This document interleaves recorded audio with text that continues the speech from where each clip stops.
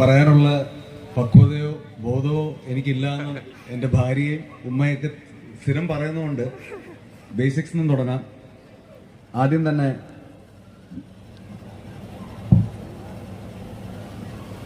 ഞാനിവിടെ വന്നപ്പോൾ മിസ്റ്റർ സാബിത് ഉമറായിട്ട് അദ്ദേഹമായിട്ടായിരുന്നു ഞാൻ ഫെസിലിറ്റിയൊക്കെ കാണാൻ വേണ്ടി നടന്നിരുന്നത്.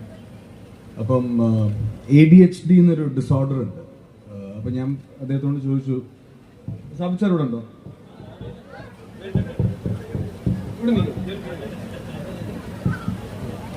അപ്പോൾ അദ്ദേഹത്തോട് ഞാൻ ചോദിച്ചു, അപ്പം ഇങ്ങനെ പല രീതിയിലുള്ള കണ്ടീഷൻസ് ആണ് ഞങ്ങൾ മേളിൽ ഡിസ്കസ് ചെയ്തുകൊണ്ടിരുന്നത്, പല രീതിയിലുള്ള ആൾക്കാരെയും പല രീതിയിലുള്ള കുട്ടികളെയും.